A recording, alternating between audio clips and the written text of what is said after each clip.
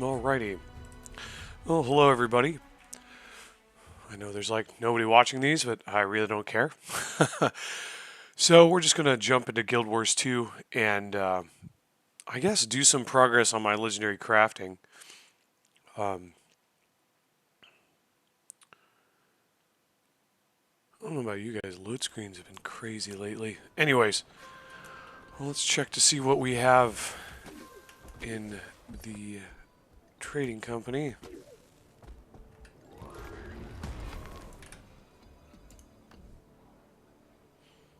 A few silver, nothing to write home about. So I think, honestly, the one big thing I need to work on for completion of the Arene's Insight Legendary Staff are the chunks of Ancient Ambergris, or Ambergris, as some people would say. Doesn't really matter. Okay, so for that we're going to need certain things. So we're going to need bait, and we're going to need lures. Now, if we bring up fishing, right, you'll see I have some stuff loaded up, but if I bring up the achievements, and we can search for, oh, let's see here. I think it's Desert Fisher, yeah. Repeatable achievement, right? So this is a great way to track what you should be using in order to catch these legendary fish, right? So what we're looking for is a giant paddlefish, a kaluga, or a vundu. This is the first part, right? So obviously we need scorpions, we need mackerel, or any bait. Honestly, I would say that vundu is the one I've caught the most often, even using any bait. So, and then completing this achievement in general will get us additional chunks of Ancient Ambergris. So, I'm not sure how many mackerel I have. We've got 27, which is not a lot. Seek and you shall find. I don't really have a lot of good lures at the moment. Let's see what I'm rocking right now. Sardines. Antique lure, so got those. The other one was scorpions, if I remember correctly. And so let's see here. I got these to finish. None open water, none open water, none open water. Open water. Desert fish, open water. So mackerel. Okay. So what we can do here is we can get ourselves to Cantha. Desert Oasis, to a Crystal Desert. We'll talk to this fishmonger over here, and we'll see what they have to say as far as what they will sell us. If you guys aren't aware, most major maps have, or most major zones have fishmongers. Anything is better than relying on a joke.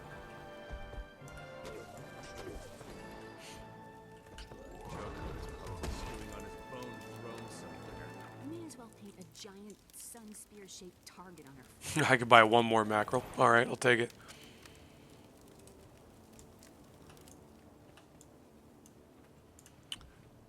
Yes, and you're the one that sells the scorpions. Buy a couple of those. What I really need to invest in one of these days is on the trading post, or in the gem store, there is a lure that is permanent. Yeah. I wonder how much that would be these days. 378 gold. Oh, man. Yep, so, I mean, hypothetically speaking, could always, you know,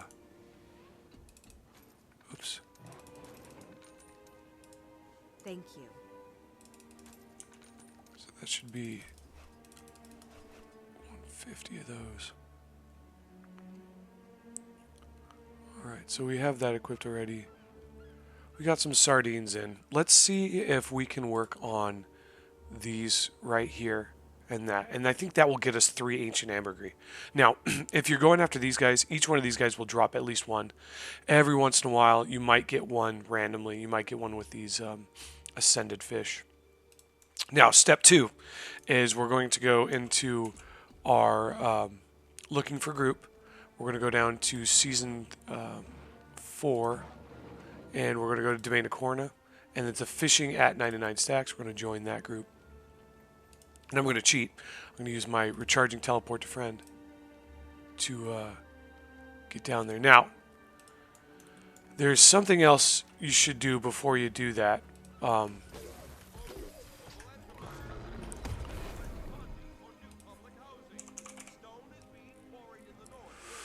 I could have sworn I had food that was for fishing.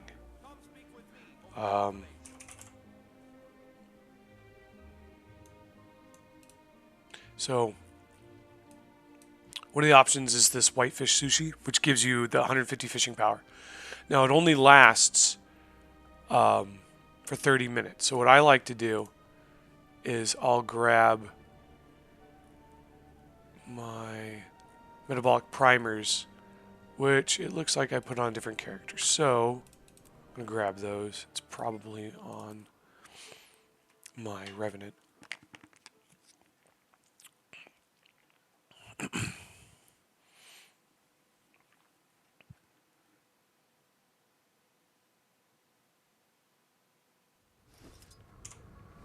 Yeah, so I'm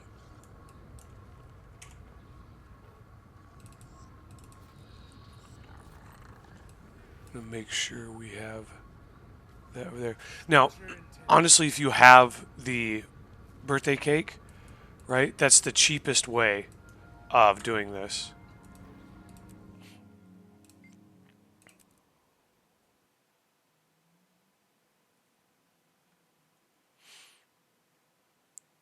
Because by making sure you have stacks of food, activate the primer, right, and then we'll eat some of this, right? So that gives us 12 hours of fishing food for the price of one, right? I happen to have a stack of a few of those sitting around. So, as long as you are fed, you'll have a buff while you're fishing. So we're gonna go to Kourna here. There's also a party tray thing you can set down. I have a cook that I've leveled. I think I can make it. And see, all you have to do is get on one of these boats for a little bit. And then you'll see you get this fishing party catches, right? Which will directly impact your fishing ability, your fishing rating. So right now,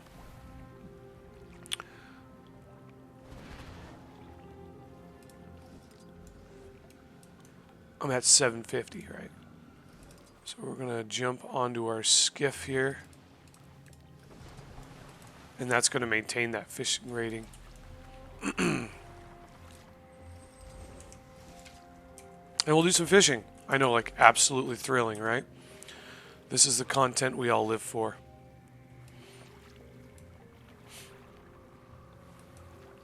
See, now we're at 850.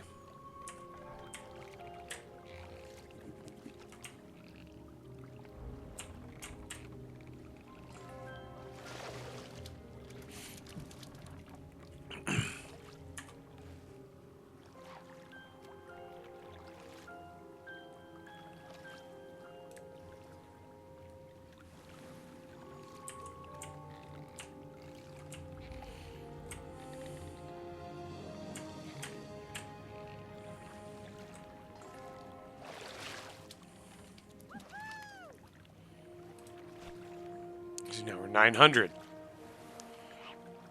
And, you know, I believe you can get a little bit higher than that. But, you know, that's pretty darn good.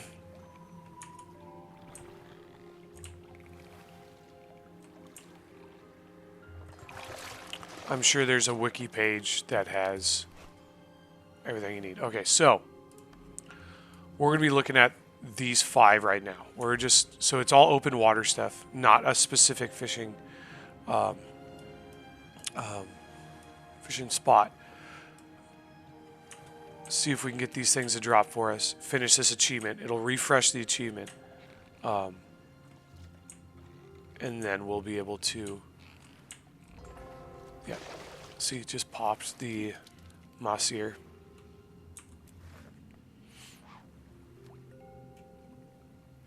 And this is it, man. You know, we just kind of sit back and relax and do some fishing. It's a... honestly, one of the most stress-free ways to play Guild Wars 2. Right? I'm not competing with anybody. I'm not worried about getting things done in a time frame. I'm not worried about a rotation. I'm just trying to fish to get some stuff for my legendary crafting. Now, there are some people who swear by the fishing spot in Gaia Delve. The issues, look at that, we got another one of the Xander to drop. Doing good, making good progress. This one's going to be a pain in the butt. But then we can focus on specific desert fish fishing holes and hope we get a tigerfish to drop. The issue with the Gaia Delve fishing zone is the meta pretty much has to have cleared recently, if I remember correctly. And on top of that, you have to have these like purifiers because the air in the area is toxic. I absolutely despise game mechanics that inherently are punitive, right? There's no benefit to that game design in that zone. And I have spent a crud ton of time in Gaia Delve. Farming achievements. I was using it for the longest time to farm Imperial Favor. As you can see, I finished the achievement to get the back piece. I really wanted that. I got the chair to drop off the meta, you know. And let's see what time of day. Any. Okay, good. Because we're in daytime right now. And it's just like if your air purifier runs out, you slowly die. Now, okay, so I did hazmat for a long time. I understand the context of wearing proper PPE. I understand the stressors involved with being in situations where, oh my gosh, like I have to make sure I maintain my equipment or else I'm going to be in a bad shape. This is inherently the problem with it being in a video game, right? Adding stress to a video game doesn't make it fun, doesn't make it enjoyable. It might have a temporary feeling of, ooh, this is challenging. I like this. But long term, you're really not going to get people, the vast majority of people, to stick around in a zone where they have to constantly be swapping in and out of gear, or in this case, going to a vendor and buying gear. Now the basic breathing apparatus doesn't cost anything. But it's just not a fun mechanic. It's just really poorly thought out on developers' parts. You know, and it's one of the things, it's a love-hate relationship I have with ArenaNet and Guild Wars 2, is that they try so hard, you can tell, to come up with unique ideas to make the game, you know, truly its own thing. And I will say from the get-go with Guild Wars 2, it has been much more successful than most other MMOs in that regard. But there are times where I'm just staring at the screen going, what on Tyria is happening right now? Or what is this?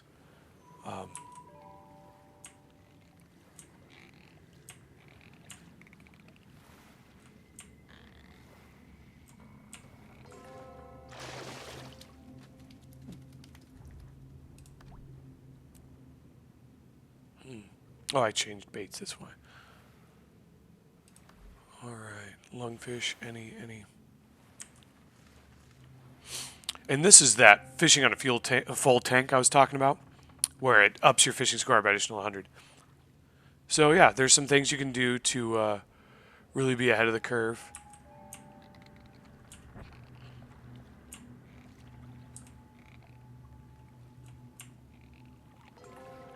Look at that, just 2 more. Making good progress.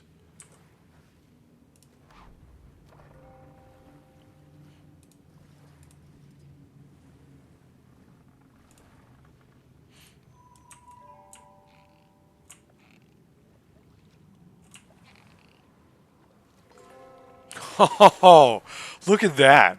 What a day, man. Like, I didn't expect all of those to drop so fast. Okay, so now we're going to do a little bit of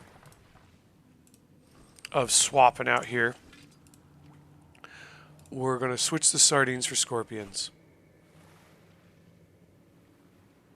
We're going to make sure that that's what it likes.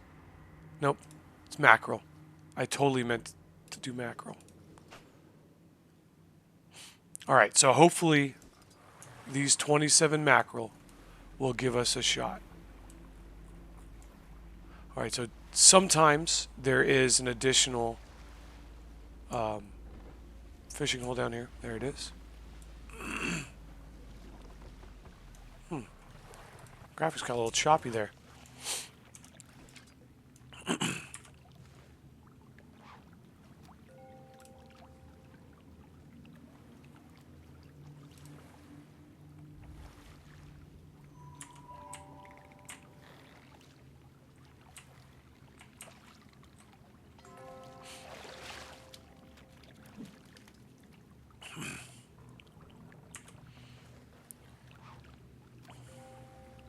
And so this is the name of the game. And, you know, you're going to be doing this if you're farming for mats, for legendary, for the Arene legendaries. You're going to be doing this a lot.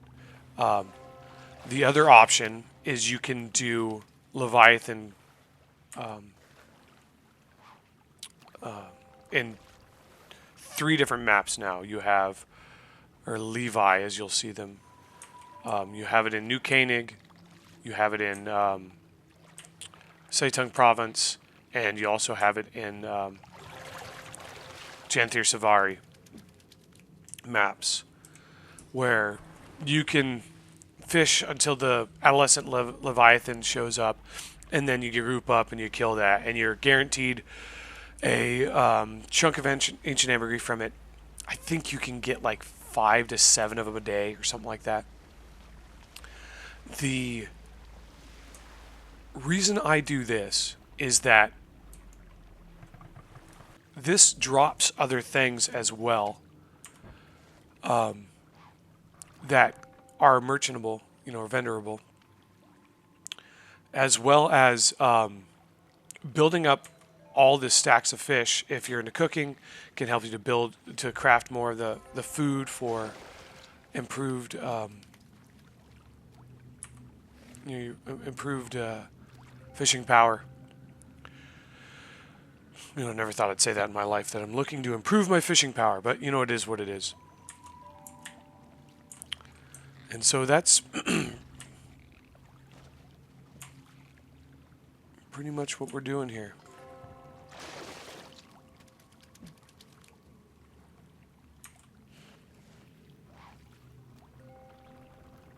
And then so, as you probably saw in that fishmonger vendor I was at earlier, you can trade up from basic fish to like ascended. Oh, hey, look at that! I got a legendary drop, Kaluga. Right. So we just double click this, and then see we get that chunk of Ancient Ambergris, fishing egg, and this. Now, every 5 of these gets us 1 mackerel, if I remember correctly, or something like that. So that's what we're going to be using to get additional mackerel.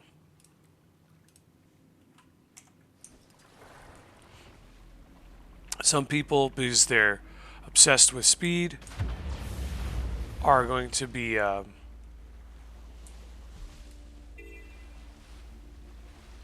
Oh gosh, I foobarred that.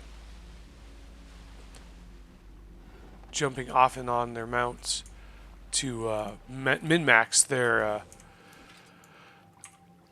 their profit margin. Because a lot of people do this for monetary purposes.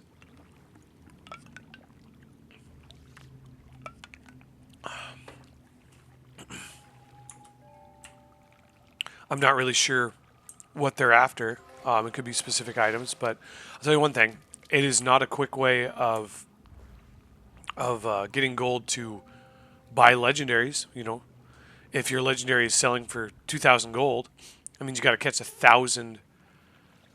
over 1,000 fish that'll give you the Ancient Ambergris. And from my experience, that's going to take you a long frickin' time. You're going to have a bad time. And some people just enjoy the fishing aspect of the game. I don't mind it. I do it to I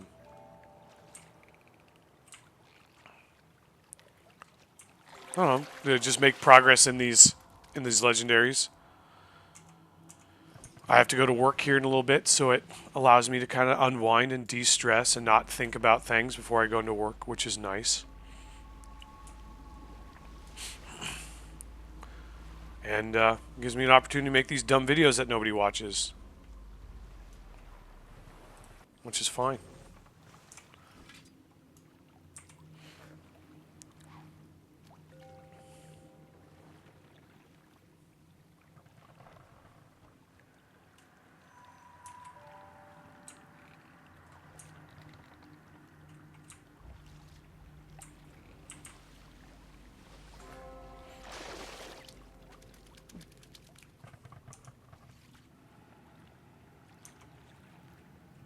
And see, it all kind of works out, right? I catch the worthless items that I turn into these jade slivers that I then turn into imperial favors. So it's all about combining this effort to build towards these legendaries, right? Every aspect of the game I'm doing, even world versus world, is giving me drops that will help me build these legendary weapons. Now, if I was selfishly focused, I would have them all done by now. I've built, oh gosh, I want to say just over a dozen of the legendary weapons now. Probably closer to 15. I have quite a few for myself. I have given away more than I have kept for myself. And that's because I like to make sure that my friends that I'm playing the game with routinely are feeling like they are set up to be successful, right? I'm not a game spoiler like some people are, where it's like, here's all the things you'll need. Here's a full gear setup. I like to surprise my friends, like, hey, I built this for you. You know, I notice you've been wielding swords a lot, so here's a legendary sword for you. Stuff like that. Or, quite frankly, I've been known to just material dump onto people before. They're like, hey, I'm building this legendary. All's done. I'm like, oh, what do you need? And they'll say, oh, I need these things. I'm like, here you go. I happen to have all of those things you need because I play so much. Oh, look at that. Avid Desert Fisher completed. Oh, man. So, it restarts the achievement. And we got those three sweet, sweet chunks of Ancient Ambergris. That doubles what I had in material storage. Excellent. I think that gave us some vicious fangs, which I'm always shy on. I'll take it. Just going to kind of click through.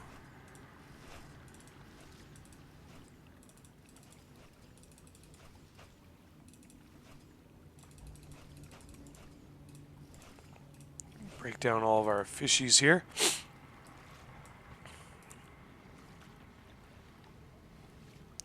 Let's check our lures, looking good. Now we're going to switch away from this bait, obviously. Let's do... I'm pretty sure, yeah, so you have a whole bunch in the bank. we'll do sardines for now. Okay, we're gonna go after these any baits, and then we'll work on the specific ones. So now this is not the most efficient way of going after just getting these legendaries to get Ancient Ambergris. I focus on completing the achievement. I find it to be much more entertaining. If I just go around in circles hitting all these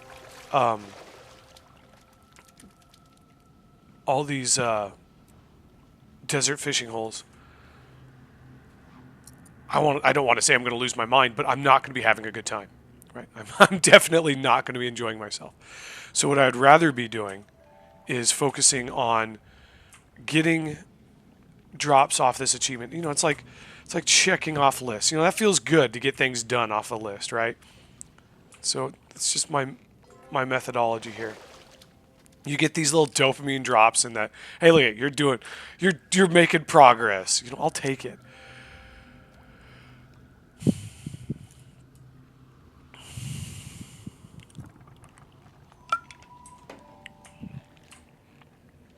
And that works for me, you know. Some people can, like, I can almost guarantee you all the people in this squad right now are making loops.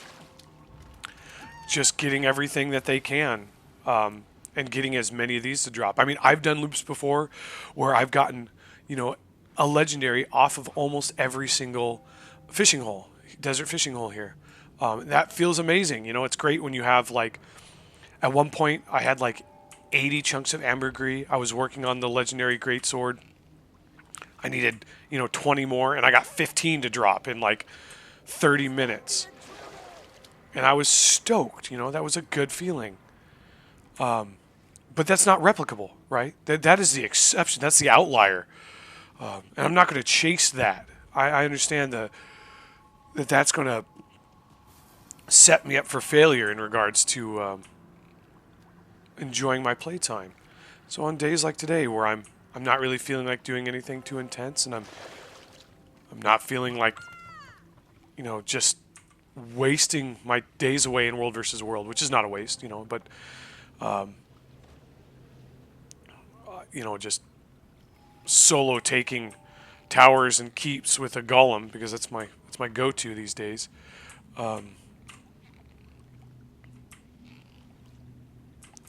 I'll do something like this to make progress on an achievement and kind of just kill time.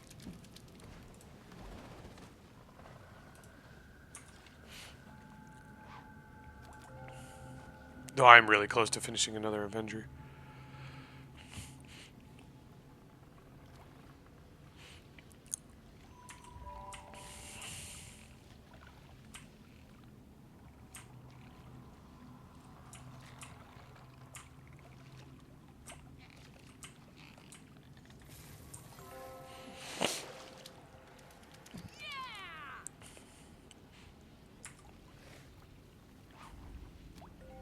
Some of you guys, any of you who happen to make it this far in any video, which is probably nobody, have noticed that my channel has taken a complete turn. My YouTube channel was just a hobby project.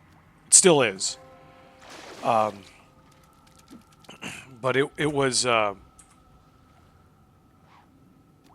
just this quirky little channel where I made an attempt to make videos that I found were entertaining or helpful in some way.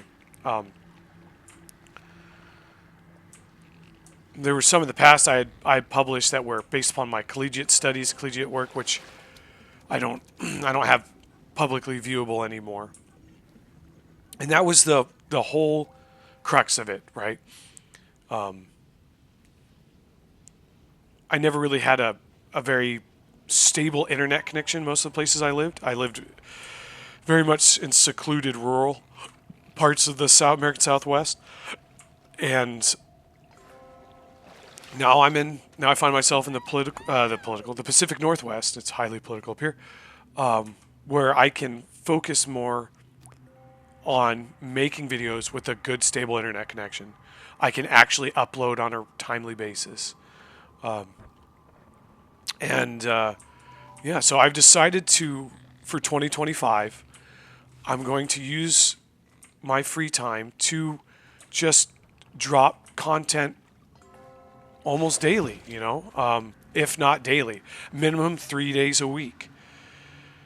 And it's not because I hope to build an audience. It's not because I, want to become a streamer or anything. It's mostly because I find this enjoyable. I really do. It's nice to have an outlet that isn't, you know, um, confined to like the paradigms of where I work or the acceptable norms of discourse I have with my friends. It's nice to have somewhere where I can just kind of sit here and vent and talk out loud a little bit and not really talk to anybody in particular at all. It's almost my version of keeping a journal. And maybe if the channel does grow, maybe I'll add like a camera and a microphone and quality things to upgrade the channel in that regard. But right now I'm not really focused on that. I'm just kind of focused on doing what gets me through my day to day and keeps a smile on my face and makes it so the things I love, like Guild Wars 2, I have a new approach to, because I found myself at the end of 2024 playing Guild Wars 2 as an escapism, as I'd always done, and doing it not so much to enjoy the escapes from reality, but just getting away. Just finding myself in a situation that wasn't work, that wasn't the painful aspects of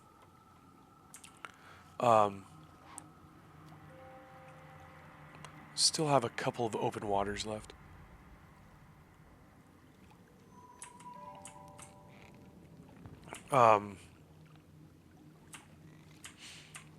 Yeah, that wasn't. Yeah, just work, health, and personal life. All three of those things were not meshing well. We're not.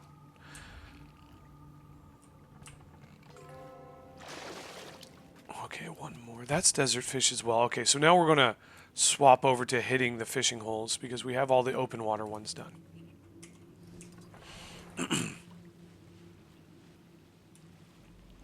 Yeah, and I'm not trying to complain or get sympathy votes or anything. It wasn't that bad, but I had learned, I'm almost 40. I had learned that, and this is a simple life lesson, but for somebody that comes from a background like me, where hard manual labor and hard work and work ethic is all I know, is everything I have. Right? I was raised to be successful in the workplace. I was raised to be loyal and dedicated to my craft. I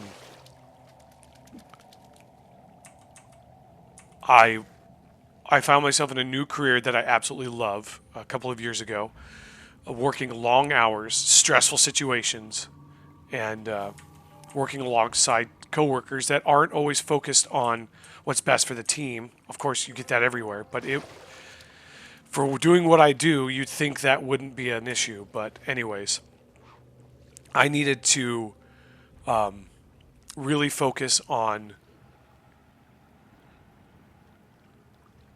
less effort into other things that would never really put any effort into me.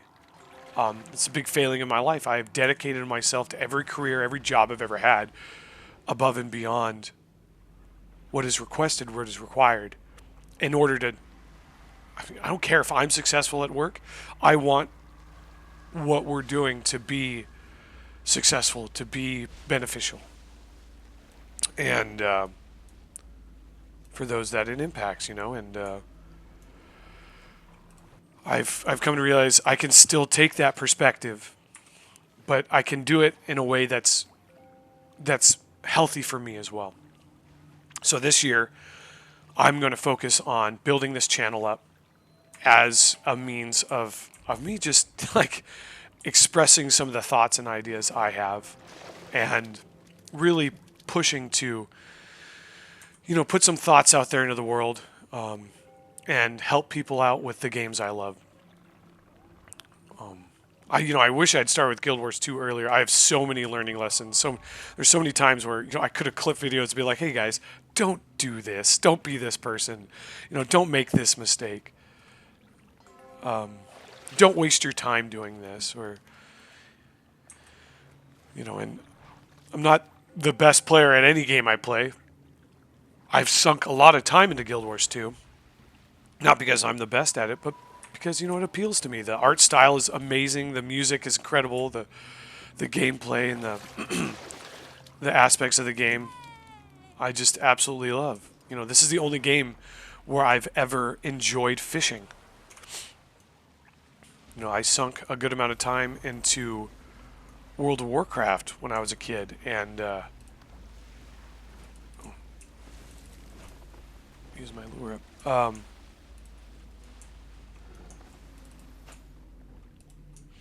And I absolutely despised fishing in that game. It was terrible. That whole like clicking the screen thing was just like, this little mini game it's not great. It's much more enjoyable than what World of Warcraft has. And I haven't played really any other MMOs, so I'm not sure if it exists in things like Final Fantasy 14 or whatever, but who knows? Maybe that's great. But this works for me.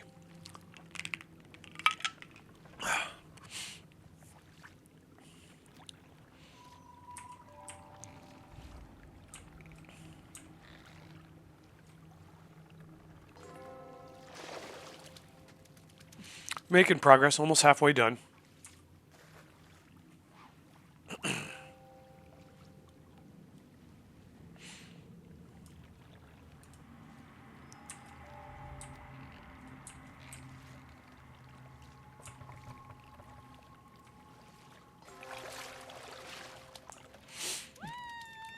And you notice we have the same skiff here. This is not the basic skiff. This is the skiff you get if you purchase the deluxe edition or higher of Guild Wars 2 End of Dragons. Once I get some more gems built up, I'll show you the ones I'm interested in.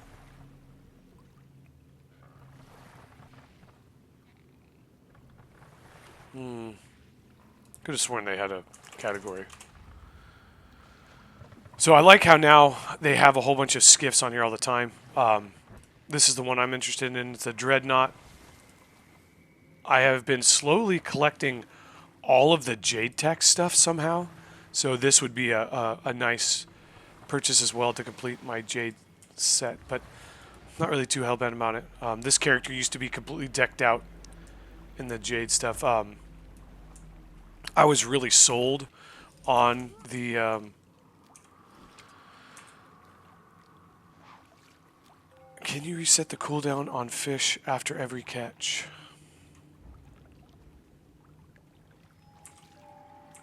I believe they're asking... I wonder if...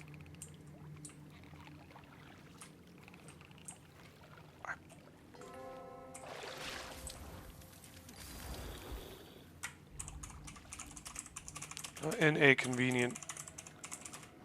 That's not how you spell that. Oh, well.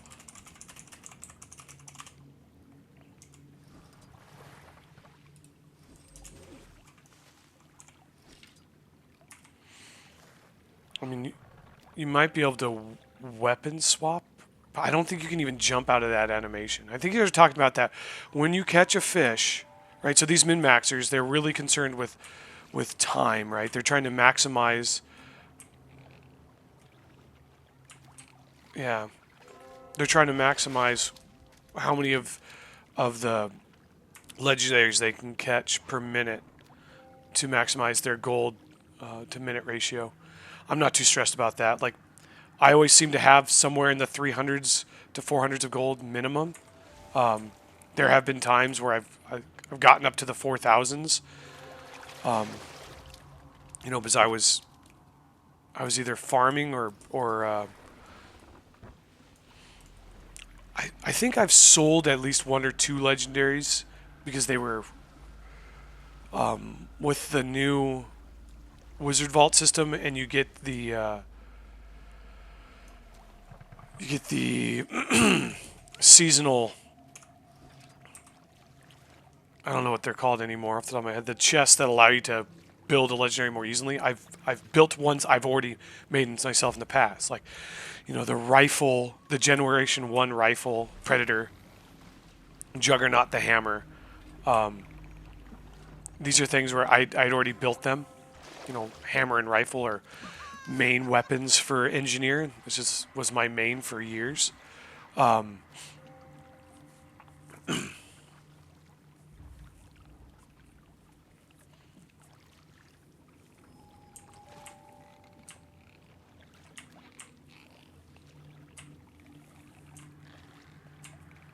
So yeah. Look at that. Got our first legendary. Of course, using scorpions, caught a voodoo. Scorpions are just cheap. Easy to get.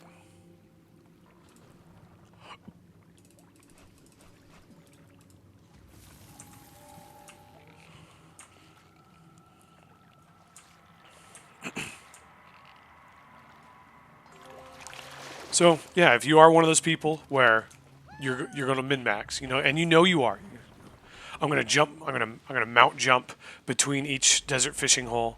I'm going to, try to find the most, efficient way to maximize the amount of, chunks of ambergris, of ancient ambergris I get per minute. There are guides out there. There are forum posts. There's all sorts of these helpful things. It's not my playstyle. Even in competitive playstyles, I'm laid back. I enjoy a good loss. I don't care if I win or lose. I don't have to win. I think the only times you'll see me get worked up in this game is when, especially in World versus World, somebody's tagged up and they are, they're not tagged for the right reasons. Right? So like the other day, there was a tag on our home map of all things, and our home bay, which is the lower left-hand corner keep in the Alpine maps, was getting taken by maybe 12 to 15 opponents. We had maybe 6 or 7 people defending. It was pugs at that point. There was multiple call-outs made to the tag for assistance. Tag didn't say anything. After we lost that keep, the tag decided to make a comment about how there's no point in responding anyways, that they only had 7 people and they couldn't have defended against that many. And, I spoke up. I was like, if you're going to tag up, do it for the right reasons. Not doing anything and not communicating specifically is worse than not doing anything at all. The least you can say is, hey, I'm busy. Honestly, they were taking a paper tower immediately adjacent to the keep. They could have defended the keep and then taken the tower with no issue. That's just bad tagging, in my opinion. And that's going to happen. Obviously, they thought I was trolling. That's fine. They can have their perspective. Maybe one of these days I'll make a video on the do's and don'ts of tagging. I've been doing it a long time. I've tagged for Havoc squads. I've led Zergs. I've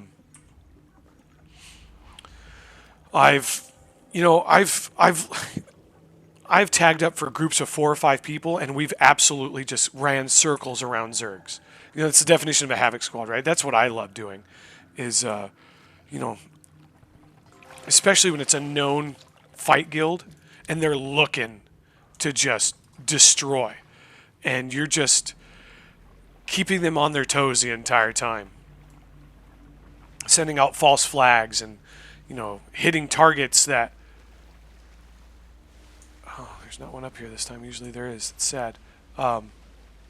Using strategies straight out of, ancient warfare, Sun Tzu and Mongolian and stuff like that, that just... You could tell these groups focus so much on min-maxing and metas and like how their group is or how their squad is organized, you can literally catch them off guard in many ways. I mean, I've had a group of, let's say, 10 players. I don't remember the number exactly, where we've hit, like, let's say, oh, what's the name of that guild? Bada, right? Bada is clearly in the midst of organizing or communicating something. They're in a competitive area, right? They're not inside of like one of their keeps or their garrison or in a spawn zone. They're literally out in the open. And I have absolutely whittled them down and destroyed them as a group, commanding a Havoc squad of maybe 10 people, taking out this like 30 to 45 member Zerg because, and they're fighting back. They're not just sitting there idly because they are not, I'll be honest, they're not competent enough to know how to adapt to the circumstances. You know, and we're not even using like Cloud where you're just randomly attacking. Well, it's literally strafing, and you know, unlike the old days where you did like battle shipping, you're strafing, but you're doing it in such a way that every turn you make to go back and hit the enemy Zerg, the vast majority of your front line is getting out of combat or is getting fully healed by the back line, so that you have the advantage over their players, and you're targeting specific things, right? You're looking for healers, you're looking for the tag, right? You're hitting these aspects of the enemy Zerg that just, you know, once you take it out, the rest just falls apart.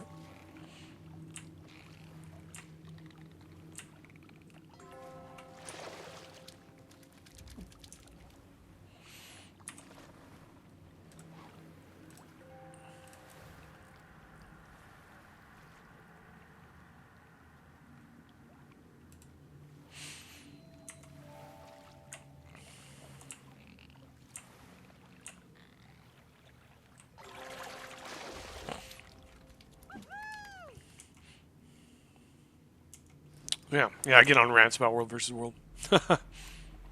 Not a bad thing. Let's separate our bait so I don't think it's fish.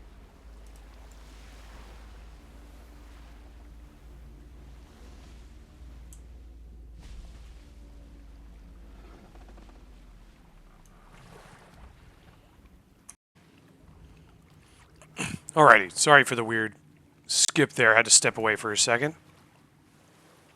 And obviously I'm not doing this as a live stream. I'm doing this in video increments. So, yeah, so been at this for about 40 minutes now. Made good progress on this. We caught one or two of these legendary fish. So, you know, we've gotten about 5 Ancient Ambergris total, which is not terrible. Could be a lot worse.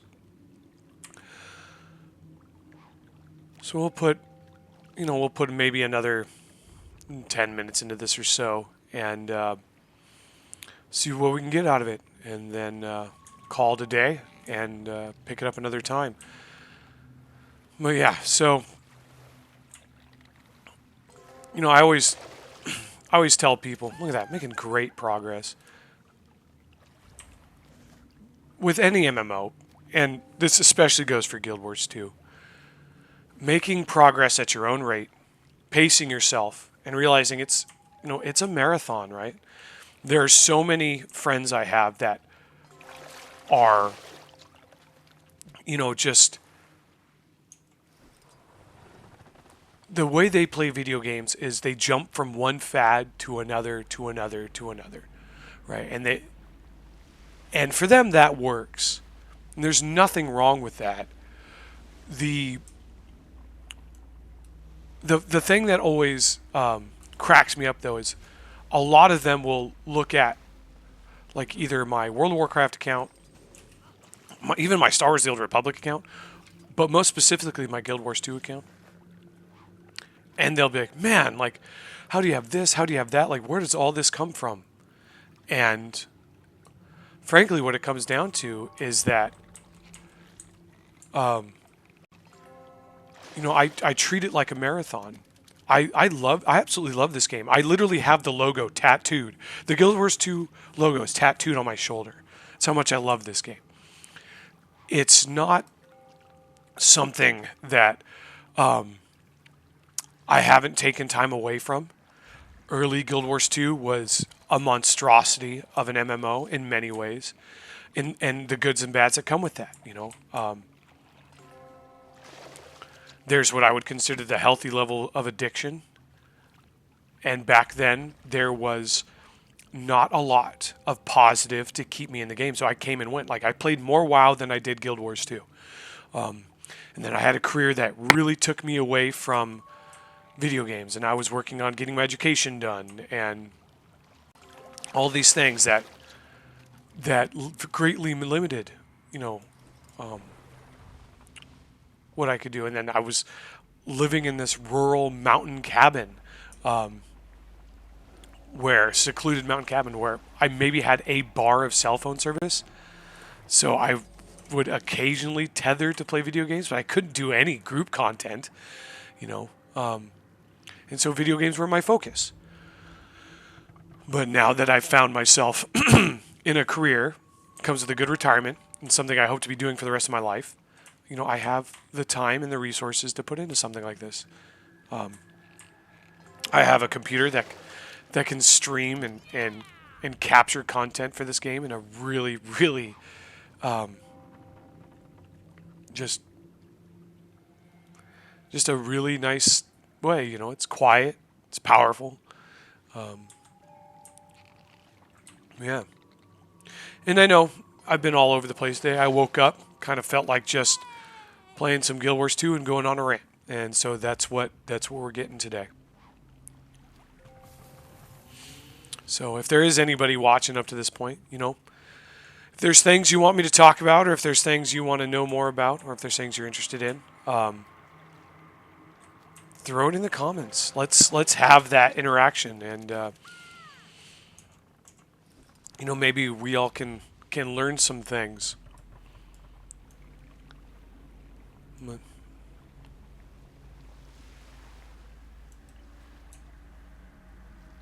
I haven't taken a moment to stop and look around. I'm used to playing on a gaming laptop, which didn't have max settings, and I know many people would say that Guild Wars 2 is an old game and its graphics are behind the times and outdated. Yeah, that's fair. This is gorgeous. This is amazing. It looks incredible. Everybody's allowed to have their opinion, even when it's wrong.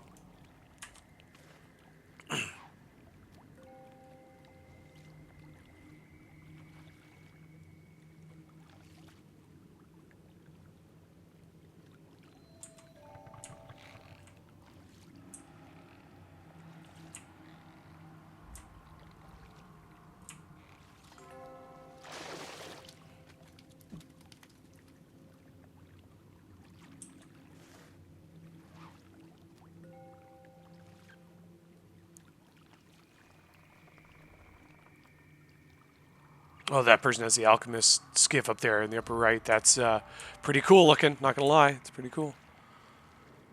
And I'll tell you right now, I'm not like some people that create videos that are just drama focused. There are some Guild Wars 2 content creators out there, and you know who they are, that their entire existence on YouTube is to create drama within the Guild Wars 2 community. And that's how they get views.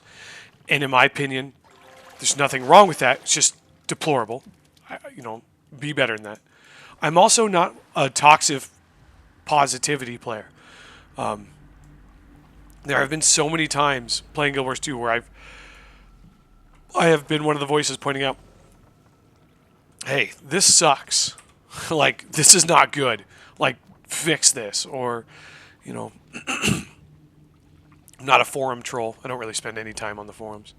But now that, I'm going to be doing more on my channel, hopefully I'll be able to express some of those perspectives And, you know, maybe even it will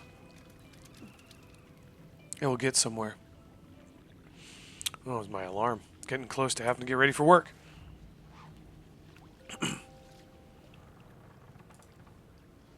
Man, haven't caught anything in a hot minute.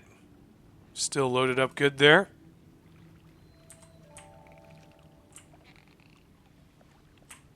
And see, that's how it goes. You know, we had that little streak where we were getting a whole bunch of stuff, and now we're getting a whole bunch of repeats.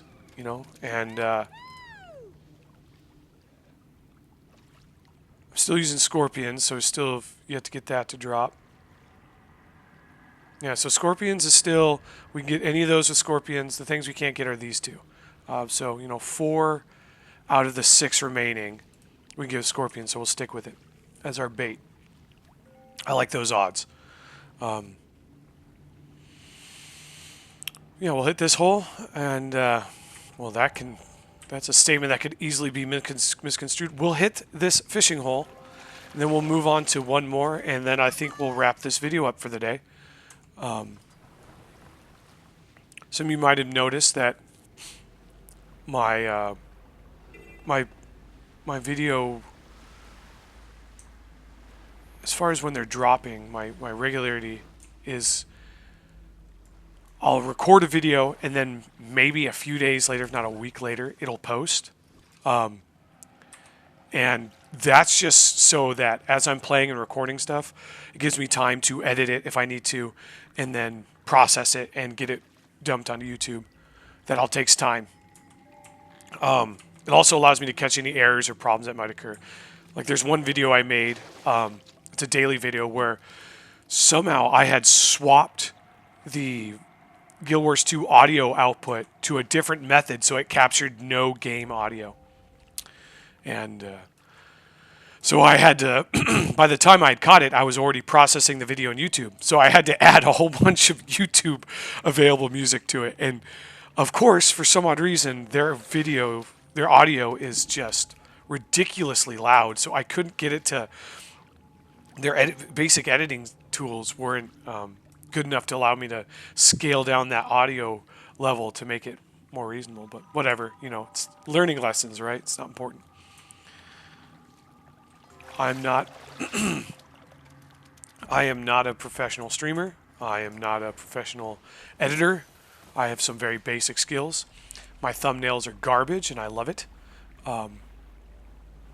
Which reminds me, I should probably take a picture. So I lied. I'm going to do one more fishing hole here, and we'll take a shot, if we can, with the fishing rod on Shift H to get rid of the UI.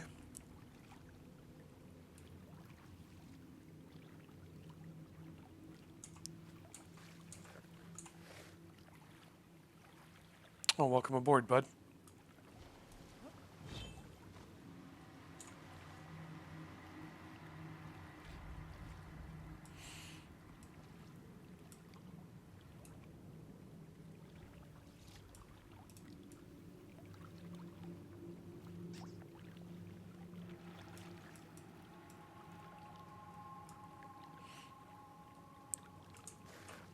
That's just terrible enough to do.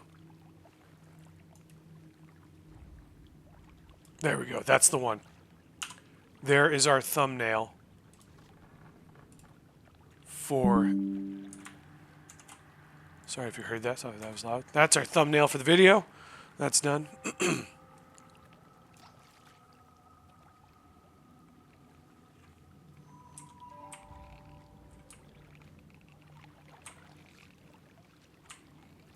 Ooh, this one's being a little difficult.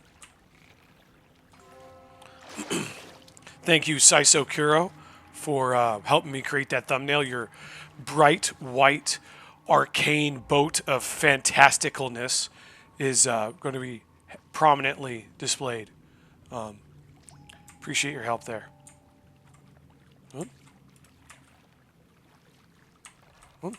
I was hitting the wrong key entirely. See, that's how bad at this game I am. Look at that. Good haul-in.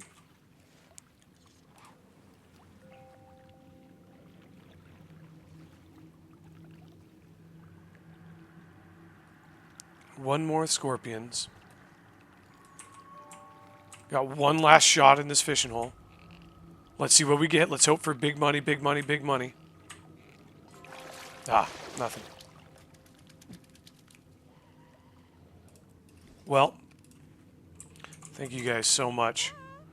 Always appreciate you joining in, even though there's nobody watching these. So we'll do our normal farewell, which is the wave, the sipping of some coffee. Coffee looks delicious. Love a good cup of joe. All right, well, thank you so much for watching. Appreciate you. Have a wonderful day. Be prosperous out there. Do good things. Remember, stand up for yourselves. Make good decisions. Be proud of what you do. Put in good work. And I'll see you in the mists. Take care.